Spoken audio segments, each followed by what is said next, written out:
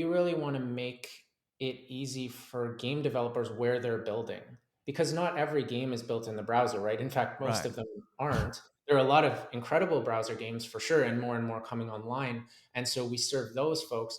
But yeah, like a lot of game devs are building on Unreal Engine, they're building on Unity. So we want to make our entire stack accessible and easy for those folks to leverage so that, exactly, man, like you can have marketplaces in game where you're trading Web3 items in a secondary market. There can also be primary sales. Furthermore, like players can log into their Unity game using the Sequence wallet infrastructure. But it's basically allows a game dev to make the wallet invisible to their players, essentially. Like it feels and looks like a player account that's similar to in traditional gaming, and yet it's a Hmm. non-custodial smart contract wallet behind the scenes.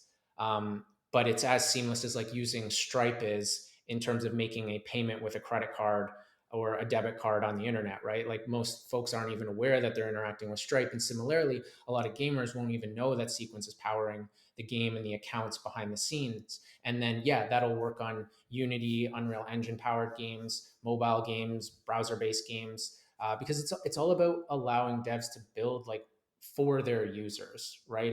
And we Right. don't necessarily want to dictate like where they are, because like the game dev's going to have a better sense of where they want to find their users and what they like.